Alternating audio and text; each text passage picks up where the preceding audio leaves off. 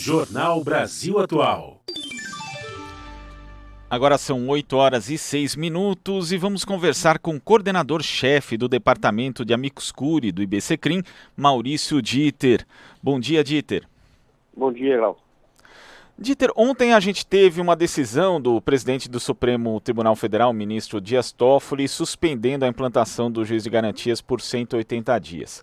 Além da suspensão, ele também revogou de imediato até a deliberação do plenário da Corte artigos relativos a essa norma. Como é que você viu essa decisão do ministro Dias Toffoli, Dieter?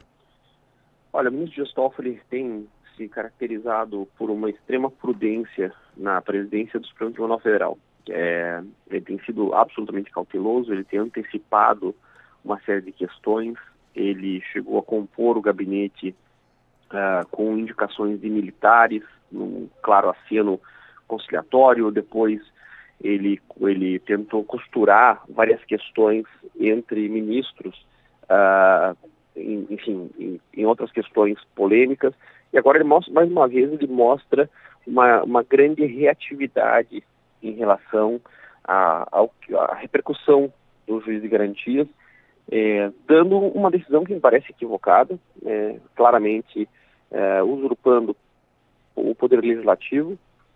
Se uma norma que passou pelas duas casas e foi, pelo próprio presidente da República, que não tem posições absolutamente libertárias em matéria de política criminal endossada, como é que pode o Supremo Tribunal Federal, de maneira irrefletida, tão rápida, decidir que vai suspender o juiz de garantias, quando isso não está na vacatio legis determinada pelo próprio Poder Legislativo?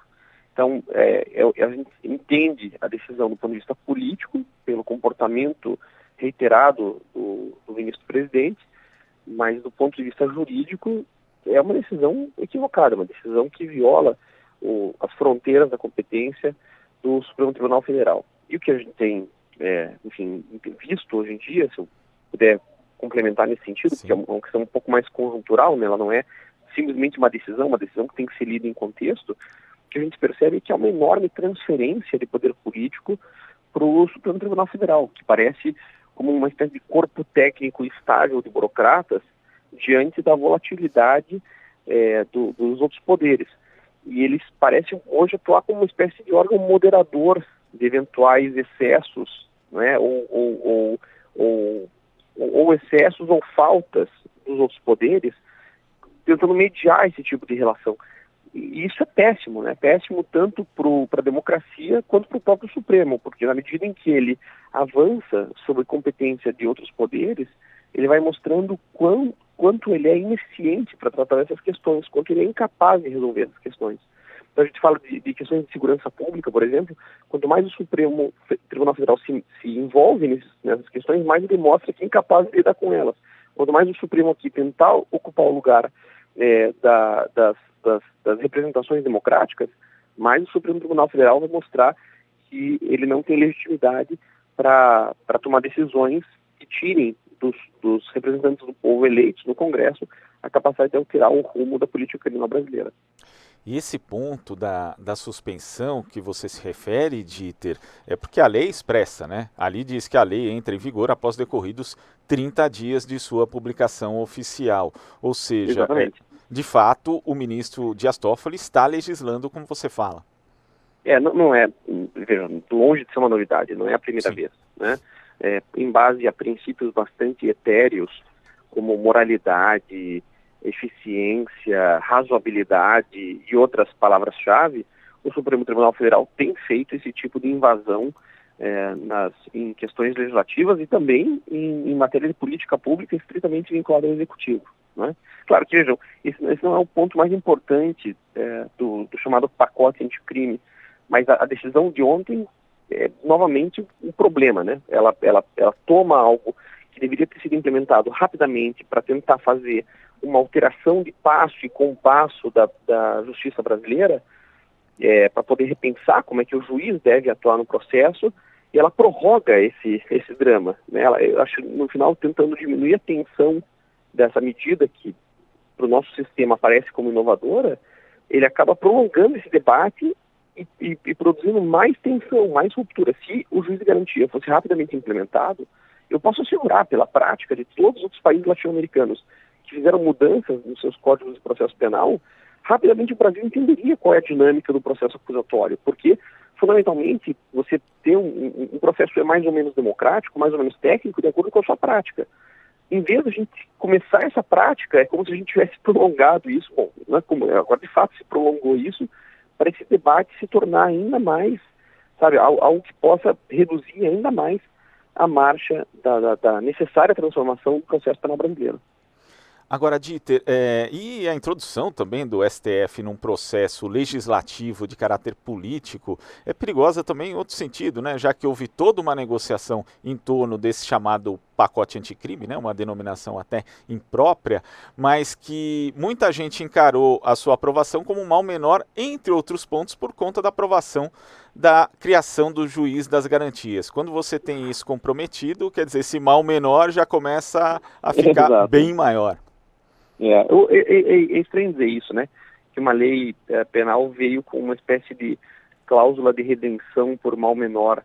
Veja, apesar de entender a importância do juiz de garantias, o pacote anticrime todo ele é um erro mesmo. Se você pega ele de começo a fim, desde o momento em que ele foi elaborado, até o processo de transformação dele, ou a barganha que foi feita para que ele pudesse ser aprovado, o que está ali não faz muito sentido por coerência, né? Porque existem medidas que, por um lado, aproximam o processo penal brasileiro da Constituição da República e, de outro, existem medidas que violam determinações constitucionais expressas. Tudo no mesmo pacote que nasceu com um conteúdo muito agudo, muito de legitimação da repressão da violência e que tem, em outro momento, matizações que nos fazem parecer dar um salto em matéria de adequação aos tratados internacionais de direitos humanos.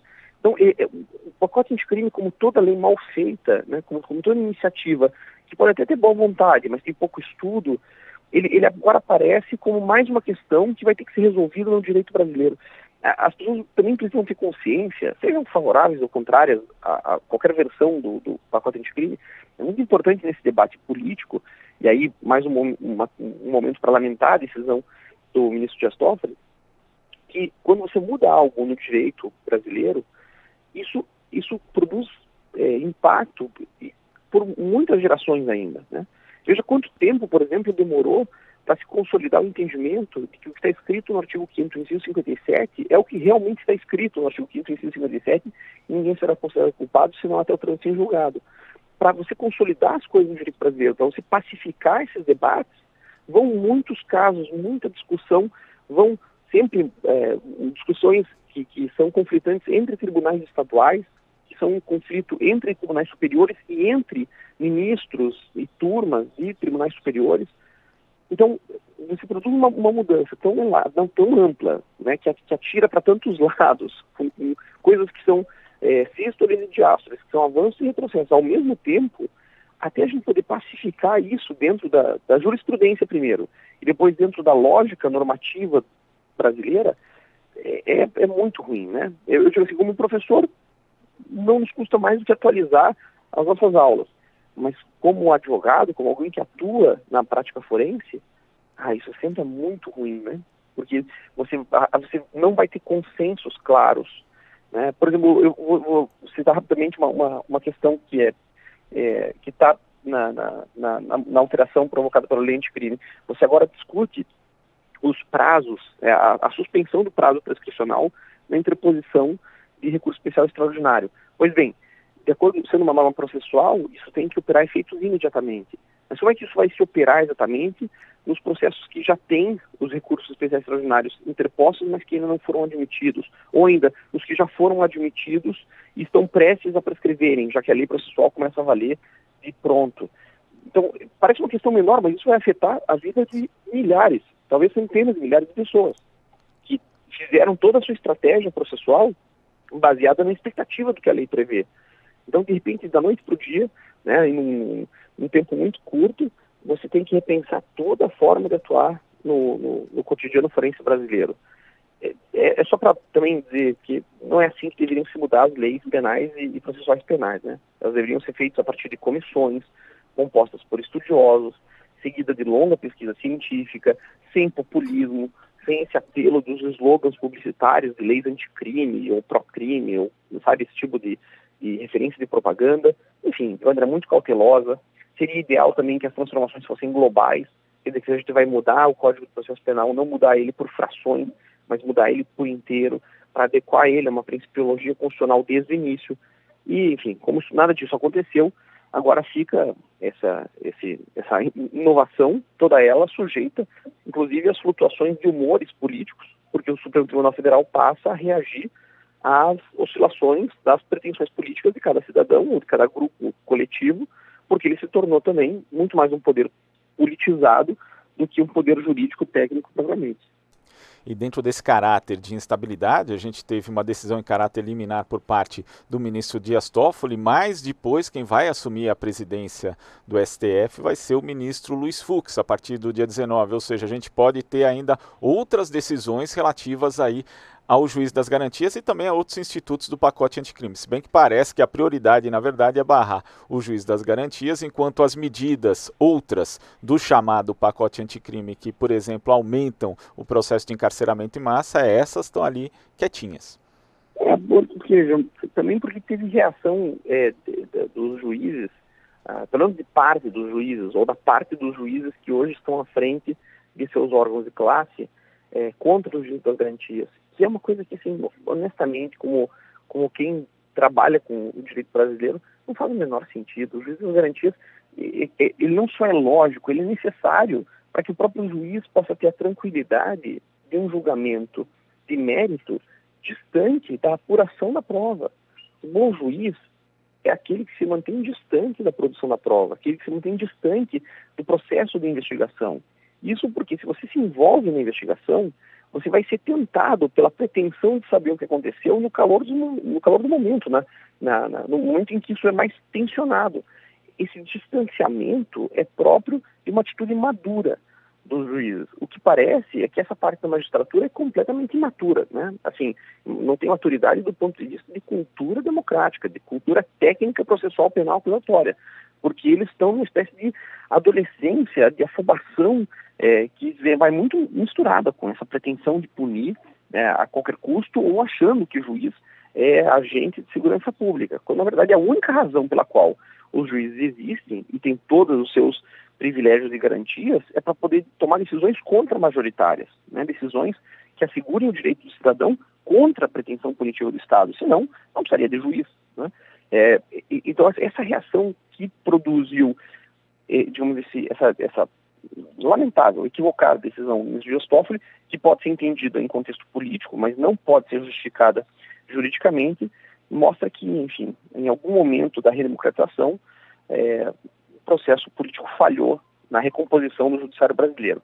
Não era assim que deveria reagir um judiciário, digamos, que tivesse sido permeado pelos valores constitucionais, pelos princípios definidos na Constituição e pelas regras do processo legal devido, que são regras, enfim, que entram no Brasil, que sempre teve um sistema bastante violento, inquisitório, com muita capacidade de atuação do juiz para a direção da prova, que tinha o interrogatório como um ato quase voltado à confissão e não à autodefesa, um país que nunca teve muita preocupação em implementar a defensoria pública e, portanto, deixava as pessoas mais pobres ou desamparadas ou à mercê de advogados com pouca ética e qualidade técnica.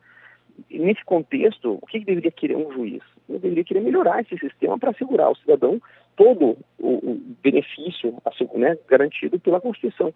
A posição deles, e que aí, pelo seu comentário, eu entendo e compartilho o entendimento. Quando o ministro Luiz Fux se tornar presidente do Supremo, a coisa deve ser ainda pior.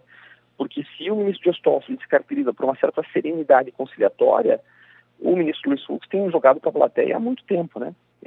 Tem dado palestras em grupo de investidores prometendo fazer parte das reformas que o Brasil precisa.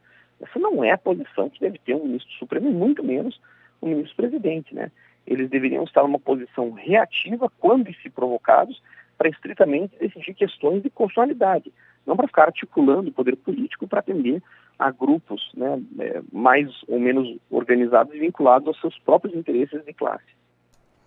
Dieter, a instituição do Juiz das Garantias já foi uma proposta, inclusive, do próprio BCCRIM, junto com outras entidades, quando foi lançado ali em 2017 um rol de 16 propostas contra o encarceramento em massa. Então, eu queria que você falasse um pouco também da importância da figura do Juiz das Garantias, mas também de que outros mecanismos a gente pode dispor para reverter esse processo de encarceramento em massa que já se mostrou tão danoso, se mostrou e se mostra tão danoso para a sociedade brasileira.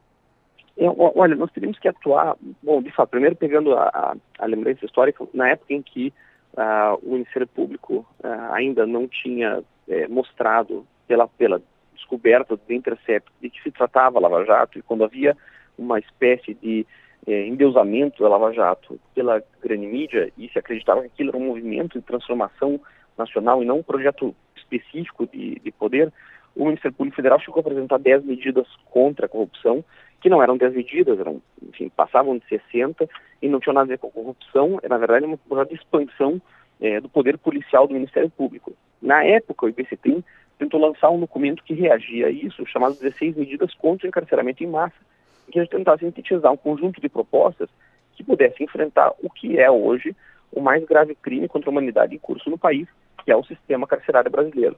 Para enfrentar algo dessa magnitude, a gente tem que pegar os principais pontos, os pontos que, de maneira isolada, mais agravam esse problema. Então, vamos por algum deles, né? Por que o juiz das garantias é importante nesse processo de superencarceramento? Primeiro, porque ele ataca diretamente a prisão processual, seja a prisão preventiva, temporária ou em decorrência de prisão em flagrante. Essa prisão processual, que no Brasil ainda se chama de prisão preventiva ou de prisão, uma prisão instrumental, né? É uma prisão com finalidade de assegurar o fim do processo, ela tem respondido historicamente, numa média que varia, mas basicamente por 40% da população penitenciária.